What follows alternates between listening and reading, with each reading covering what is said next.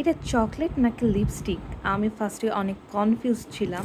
But এই লিপস্টিকগুলোর colour এত জোস! আমার খুব ভাল লাগছে। আমি আপনাদেরকে একটা, একটা করে কালার দেখাচ্ছি।